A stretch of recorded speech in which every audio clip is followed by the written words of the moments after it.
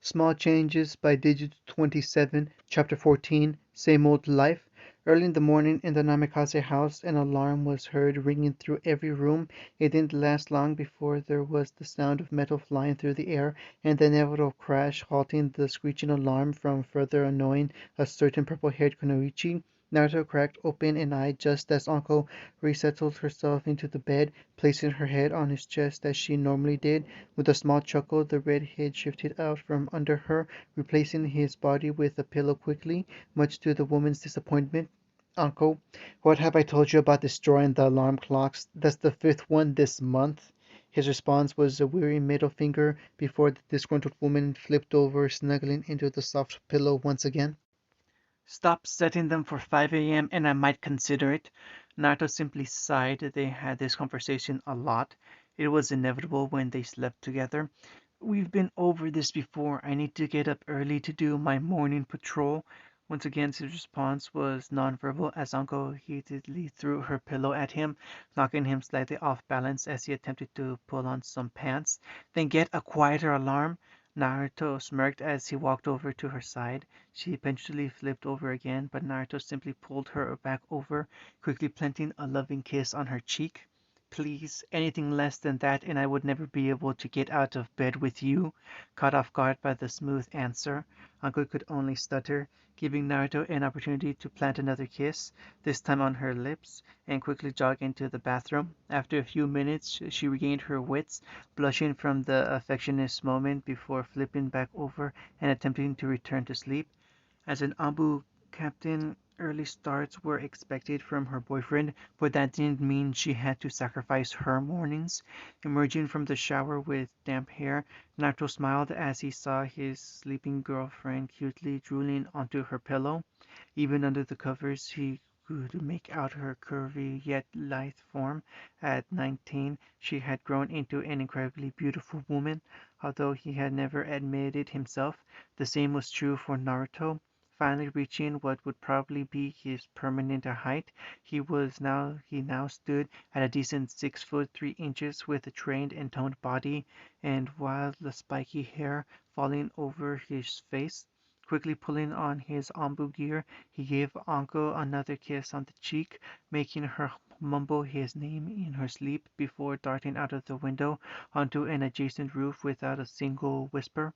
He loved Konoha in the mornings. While dark it was peaceful. If he timed it right, he could sometimes catch a glimpse of the sunrise before he made it to the Hokage's office. Unfortunately, today he was a little too early, but was content with hopping across the rooftops of the slowly waking village. Darting through a window of the Hokage's tower, he patiently waited for the secretary to alert the village's leader of his presence. After a few moments, he pushed open the door to see Sarutobi already wrestling with the paperwork that had accumulated since the other night. He gave the older man a few moments to finish what it was he was writing, at which pointed at which point he looked up with a kindly smile. "Tora, it's good to see you bright and early as usual." His voice was calm and friendly, but there was an underlying annoyance there. It was no small secret with anybody working close to the Hokage that he was not exactly a morning person. "Hokage-sama." Naruto's reply was curt and polite, with a small inclination of his head, the epitome of a professional attitude. "Do you have any special orders today?" Sarutobi nodded, rustling about with the various papers and documents on his desk, with no real purpose, a clear sign he was about to breach a sensitive topic. "I think we need to discuss it again, Tora." At that, the experienced Anbu captain visibly tensed, as did the four Anbu operatives hidden in the various shadows of the room. "Hokage-sama, with all due respect." Hiruzen quickly leveled a gaze at Naruto that brokered no argument. "No, Tora, I have been very patient with you, but you must understand that I only wish the best for all my shinobi, yourself included. 9 years in the Anbu, while certainly impressive, is highly unorthodox, not to mention unheard of." The masked redhead was growing more and more uncomfortable as the Hokage continued. But Hokage-sama, once again he was caught off by the single gaze that held all the age and power Hiruzen still had within him. "Tora, remove your mask." At that, the entire room froze, the implications of the request known to everyone present. With a slight shaking hand, Naruto complied, showing his face to the Hokage for the first time in over 3 years. Sarutobi's gaze softened as he saw Naruto's uncovered face after so long. His soft purple eyes had gained some steel in them after so long without his profession, but they were still full of compassion, so like his mother's had been. The whisker marks that were once such a prominent part of his appearance had faded and thinned to the point you could miss them at a fleeting glance, only straightening the resemblance of his father. As of this moment, I am hereby relieving you of your command in the Ambu Black Ops. You have the rest of the day to find a suitable replacement. Seeing Naruto raise a hand to interject, Hiruzen quickly cut him off. This is non-negotiable, Naruto. And just like that, any basis for argument Naruto may have had died on the end of his tongue. The Hokage had addressed him by his name, and as such his identity was compromised. He was no longer an Ambu. For a moment he stood there, making his indecision with an emotionless mask of indifference. His hands nervously fumbled over his tiger mask, knowing that he would never be able to wear it again in an official manner. Finally, he curtly nodded once, leaning forward and gently placed the porcelain mask on the desk. As you wish, Hokage-sama. Hiruzen sighed at the blatant resignation in the young adult's voice. It truly hurt him to do this, but such tenure in the Ambu Black Ops was almost asking for mental issues to develop. As of now, you are a Jonin of the village. You will be expected to join the other prospective Jonin sensei at the end of this week to take a team. Until then, you are off missions. Any further objectives or questions Naruto may have had were silenced as Hiruzen returned to his paperwork, essentially dismissing the former Ambu captain. Dazed and slightly dismissive that this wasn't all just a dream, Naruto exited the room, his feet naturally taking him in the direction of the Ambu offices. By the time he reached it, his head had cleared so that he could at least think straight. He knew there was nothing he could do at this point. The Hokage's word was law, and as a faithful and loyal Ambu, or at least ex-Ambu, he was expected to follow without question. Even so, he still couldn't help the lost feeling that overcame him. His life was just right at the moment. He had his career, he was good at it, he had subordinates that trusted him and would gladly fight alongside him. He had the love of his life and longtime best friend by his side night and day. Right now, though, he wasn't sure. He didn't know what to do with himself at this point. Hiruzen certainly had thrown a wrench in his works. However, the thing that shocked him the most was the fact he was now going to have to take a team. He wasn't sure if he was ready for such a responsibility. Sure, he had to watch out for his fellow operatives on missions as their captain, but this was different. The people on his team wouldn't be trained and powerful shinobi that understood him and were ready for most situations. They would be rookie getting barely out of the academy. He would actually have to teach them things, protect them. It was daunting. He was knocked out of his thoughts as he nearly walked into somebody in his distracted state, only his honed reflexes allowing him to quickly skirt around. He looked around, realizing he had walked into the headquarters without even realizing, and made a move to walk towards what used to be his office. On the way, he grabbed a random operative that was walking in the opposite direction. Tenso, I need you to go and get Komachi. She'll probably be training with Toa. I have her come to my office as soon as possible. The brown-haired, lion-masked Ambu nodded absently before double-taking, only now looking up at his captain. Taicho, you took your mask off? Nato smiled sheepishly, rubbing the back of his head in an embarrassed manner. Yeah, I can't explain right now, but don't worry. Komachi will explain it to everybody till later. Tenzo nodded quickly, walking off to the training halls to do as he had been asked. Sighing, Naruto walked to his old office, hoping he wouldn't come across anybody else to avoid awkward explanations. He reached his room and collapsed into his comfortable rotating chair, holding a hand to his temple. He had to admit that Hokage had at least been patient with him up until now. It had been 2 years since he first brought up Naruto's leaving the Anbu service. At the time, Naruto had fended him off with statements about how he wanted to surpass his mother's mission record. He did that last year. Then he wanted to have the longest and most accomplished mission record of any Anbu member to date. He did that 3 months ago. After that, it had been flimsy excuse after excuse, each growing weaker and less substantial than the last. In honesty, it was simply because being in the Anbu gave Naruto's life stability, although it also gave him an excuse for an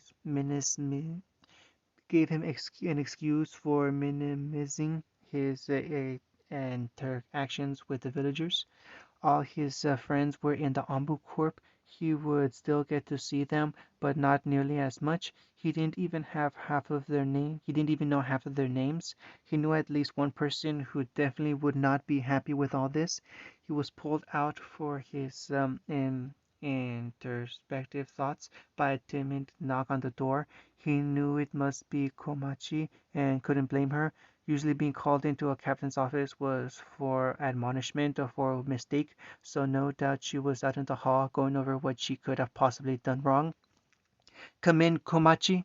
Slowly the door opened, admitting a tall young woman with sandy blonde hair tied up with six large needles. She was dressed in the traditional Ambu uniform with a stylized cat-like mask with a few crescents descending down the forehead. She seemed slightly nervous, but other than that she held herself with the same bearing all Ambu were trained to adapt, professionalism and alert.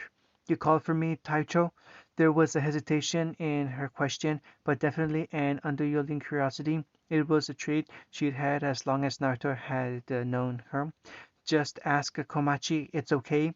He saw her visibly lose the tension in her shoulders at seeing she wasn't about to be reprimanded for something.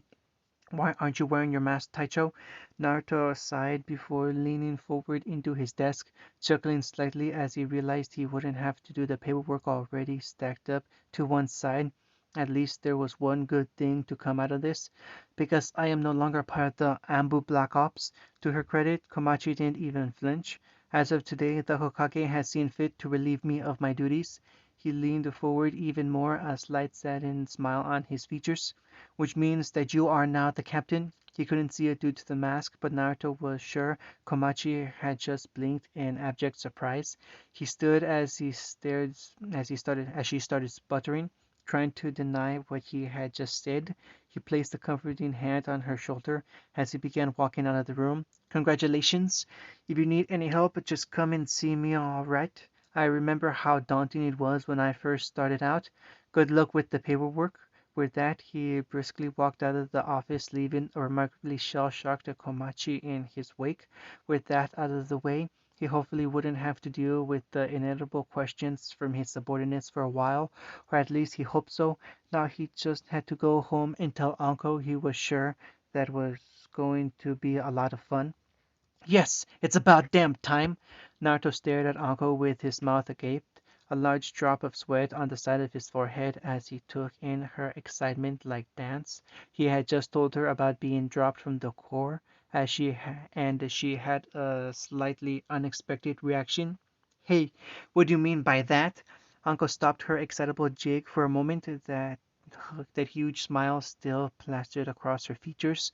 Naruto had to admit he loved it when Uncle smiled, genuinely, not that fake "I will kill you" smile she used on people who got on her nerves. It made her look radiant. "I've been waiting ages for you to get out of Ambu." She looked down quietly, her happy grin morphing into more of a sad smile. "I know you love working in the Black Ops, but—" She looked away, red coloring her cheeks with embarrassment. Even after all this time, she wasn't particularly good at expressing her feelings. "I feel like you never have time for me. Sometimes your missions take you away for weeks at a time, and I miss you." Naruto's face softened at that, his lips pulling up into a small smile as he wrapped his arms around his girlfriend in a comforting hug. "Why didn't you say anything before?"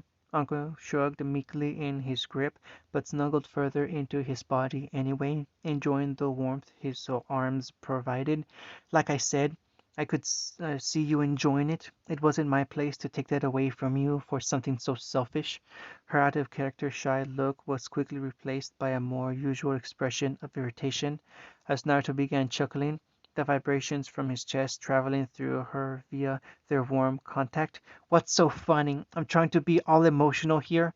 Naruto quieted down, wiping a non-existent tear from his eye.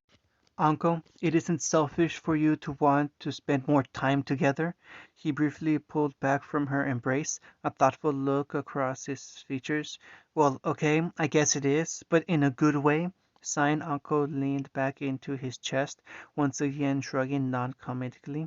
Doesn't matter now anyway. At least now I get to see more of you. She pulled back this time, a mischievous gleam in her eye and a playful smirk on her face. I think I like the sound of that actually. Naruto sighed, but the smile on his face was unmistakable. Anko let out a small gasp as he swept her off her feet and into a bridal position before purring in delight as he carried her towards the bedroom. Good to see you have more initiative, Naruto-kun. A few days passed as Naruto adjusted to being out of the Ambu. It was strange to say the least, especially getting used to not wearing his armor. He still wore the same black pants and vest over a simple mesh shirt, but he stopped wearing the shin and arm guards, instead opting to wear black boot-like sandals and dark gray fingerless gloves with metal plates on the back with the Konoha leaf etched on. Over all that he wore the traditional olive lake jacket, its pocket filled with various materials for sealing, such as blank scrolls and ink. Finally, he had his personalized tanto strapped to his back, going horizontal just above his waist. Right now, he stood outside of a classroom with the other prospective Jonin sensei, waiting for Ruka to finish up with the speech for to the fresh genin. He looked around, noting that he didn't recognize many of his fellow Jonin, and by the curious looks towards him, they didn't know him either. In fact, the only one he didn't recognize was Asuma Saratobi, and that was more by reputation than from actual meeting the man. Hey, this your first time as a sensei too? He turned to see a tall raven-haired woman with startling red eyes wearing an unusual but eccentric dress. The redhead just rubbed the back of his head sheepishly, inwardly annoyed at being caught off guard. He put it up to nerves. Yeah, in fact, I've only been a Jonin for a few days.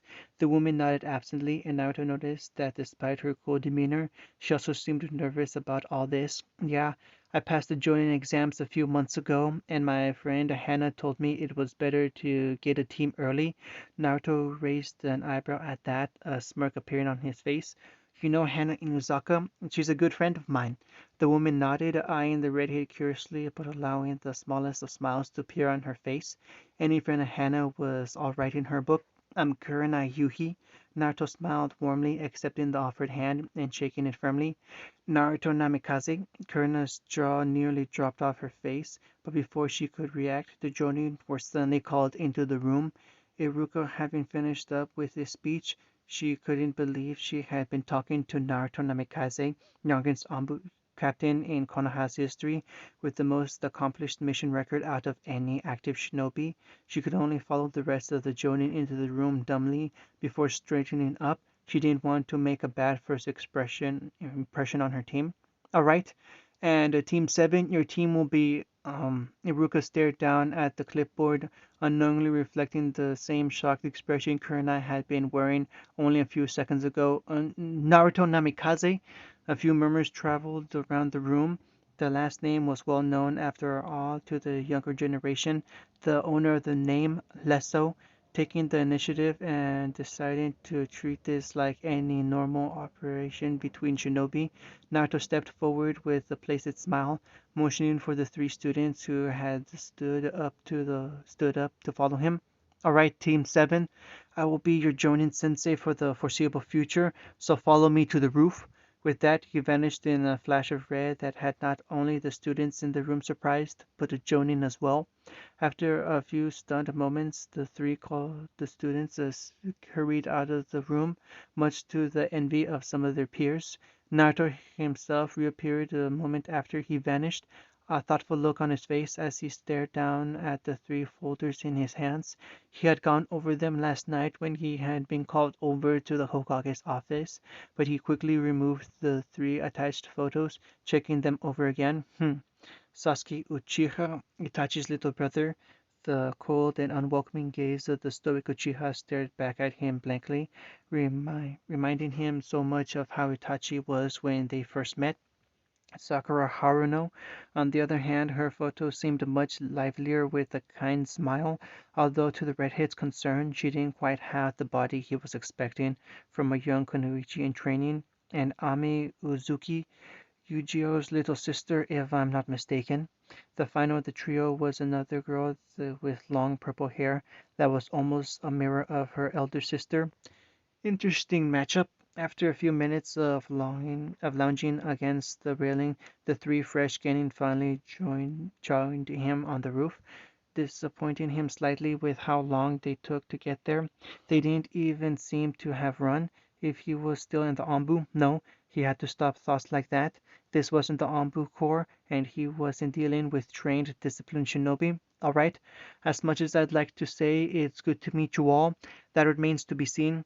All the confused looks of the three children in front of him, he continued quickly. You may think you are gaining right now. That's not true. Quickly silencing the outburst from the pink-haired girl before she could even begin, Naruto leveled a calculated gaze on the trio. You're not gaining until I say you are. The test you took in the academy was only to see if you had the skills to become shinobi. I need to test to see if you can actually put those skills to use. Thankfully, the kids were actually listening right now instead of arguing. He gave a small smile to that, at least seemed to put Ami to ease. Don't worry too much about it. Just use everything you've been taught at the academy, and I'm sure you'll do fine. He conveniently left out the part where the test only had a 1 in 3 chance of passing. With that said, meet me at the training ground 18 in 5 minutes, or you all fail. With a final grin that would have made Anko proud, he once again vanished in a flash of red. A split second later, he watched from a nearby roof as the three fresh Genin scrambled from their seats and rushed off in a particular direction. 4 minutes and 50 seconds later, and Naruto was leaning against a tree, watching with amusement as his new team stood panting in front of him. Sasuke didn't seem too bad, but the two girls were visibly strained per, with sweat percolating on their foreheads. That alone worried Naruto. At their age, he would have made it to the training ground not only faster, but neither he nor either of his teammates would have broken a sweat. Then again, he was an Ambu captain at their age as well. All right. Well, you guys made it. You passed the step one. This was only met by two heated glares from the two girls and one look of irritation from the Uchiha, making him chuckle at the weak killer intent. Now then, he placed his hands in a well-practiced sign before a puff of smoke appeared next to him, quickly replaced by an exact duplicate of the smiling redhead. This is a shadow clone, not your normal clone for one important reason. He placed a hand on the clone and pushed, knocking his other self off balance. Much to the Genin's amazement, even Sasuke cocked an eyebrow. These are solid clones, able to interact and even use chakra to a certain extent. They have other uses, but that isn't important right now. What is important? He quickly slammed a fist into the clone gut, making it wince in pain before dispersing in another cloud of poof, is that it only takes one good blow to destroy it. He smiled at the group again, intently taking it slow so that the three could regain their breath slightly. Your job is to destroy one before 12 o'clock, which gives you 1 hour. To illustrate that point, he pulled a random stopwatch out of nowhere, quickly set the timer for an hour, and dropped it on a nearby stump. Now, you can use anything in your arsenal to accomplish this, but if you can't make that clone disappear in an hour, you all go back to the academy. Good luck! With that he formed another clone before disappearing in a flash of red, leaving three shocked Genin and a grinning clone behind. There was a moment of pause as the Genin stared at the clone, who only idly looked back at them before everyone sprung into action. In a flash of movement that were almost painfully slow for the ex-Ambu captain, the three Genin vanished into the surrounding bushes. Well, their hiding is okay. I'm sure any Genin level opponent would have some difficulty finding them, although those two chakra signatures are fairly weak anyway. Feigning complete indifference to the Genin's actions, Naruto casually walked over to a nearby tree, plopping down at its base before pulling out a scroll. The Genin looked on in confusion from their hiding spots, wondering what their sensei, or at least the clone of him, was doing. Internally, Sasuke was seething. He hated that the man obviously didn't even think of him as a threat. Something else was bothering him as well. He couldn't place it, but his new sensei seemed awfully familiar. Tearing the thought from his mind, he stealthily began to make his way through the undergrowth, trying his best trying his best not to make a sound, which was an incredible good effort. When he drew his kunai, he held his breath in tension, only to see that Naruto still wasn't the slightest bit concerned. His ego swelled slightly that his hiding skills were good enough to fool a Jonin before dropping down from his position. Kunai poised to strike, he thrust down with as much power and speed as he could, feeling the cold steel meet resistance as he drove on anyway. However, he stood there shocked to see that Naruto had defended against his surprise attack with nothing more than the end of his brush, the wooden handle apparently holding off the edge of his blade effortlessly. Taken off guard, he couldn't defend as his legs were suddenly swept off from under him in a flash of movement. Catching him at the last moment, he pivoted on his hand and lashed out with his other foot, only for it to be redirected with the end of the brush. Pushing back, he landed back on his feet, taking in the obvious amused expression of his sensei, who remained standing. I hope you weren't taking it easy on me just because I'm a clone. Sasuke saw the redhead's eyes drift about lazily, as if unconcerned by the Genin's presence, before his eyebrow raised. Just you? Interesting. Sasuke quickly disregarded the strange comment before rushing back forward, intent on landing that one blow he needed to pass and become a real Genin. Naruto only sighed as he watched the moderately fast Uchiha approach him, pushing aside the kunai aimed for his throat with as little effort as he would need to swat a fly. Don't underestimate me!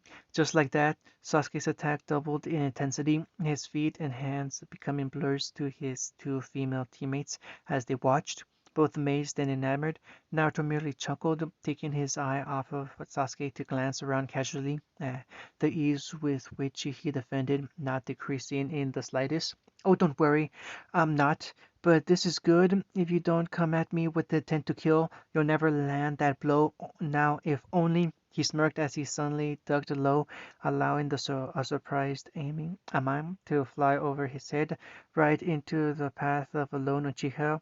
Catching both completely by surprise, they landed back on the ground in a tangle of limbs, and by the time they both stood up and were ready to attack again, their sensei was gone. Watch where you're going, dope. Ami looked back at Sasuke with wide eyes. She had only tried to help him by launching that sneak attack, but Sasuke, she was ignored as Sasuke turned from her, looking into the tree line of the training ground trying to see where their sensei had gone. With that, he took off into the trees, intent on getting that blow so that he could finally start learning some techniques. His teacher was obviously very powerful. That much was obvious. He needed that power, and nothing was going to stop him from getting it. However, when he finally encountered a clearing, he only saw Sakura lying unconscious in the middle of the ground. He didn't particularly care what happened to her, but she had obviously come into contact with Naruto. He jumped down and quickly shook her shoulders, trying to wake her up. She opened her eyes groggily before a mischievous grin alighted in her eyes. Oops, you fell for my trap, Sasuke. The raven-haired Uchiha followed the pinkette's gaze down to the ground, where his foot was inside a small loop of ninja wire. The moment his eyes widened in surprise, though, the trap activated, and he was violently wrenched into the air, dangling upside down by one foot. He looked around, noticing as Sakura burst into smoke to reveal a hinged Naruto. What did the original tell you? I can use chakra, remember? With that, he mock saluted and dashed off into the trees, leaving a disgruntled Uchiha hanging from a tree. A few moments later, he found what he was looking for, Ami carefully making her way through the trees, her eyes scanning the path ahead as she held the kunai out on in front of her. Well, she at least seems prepared, but she hasn't spotted. He jumped backwards in surprise as a small barrage of shurikens suddenly sailed past the spot he had been in. However, as he landed back on another branch, it instantly collapsed under his weight, forcing him to tuck into a roll to prevent being dispelled. A few moments later, and he was aptly dodging a few clumsy swings of a kunai as Ami tried desperately to attack him.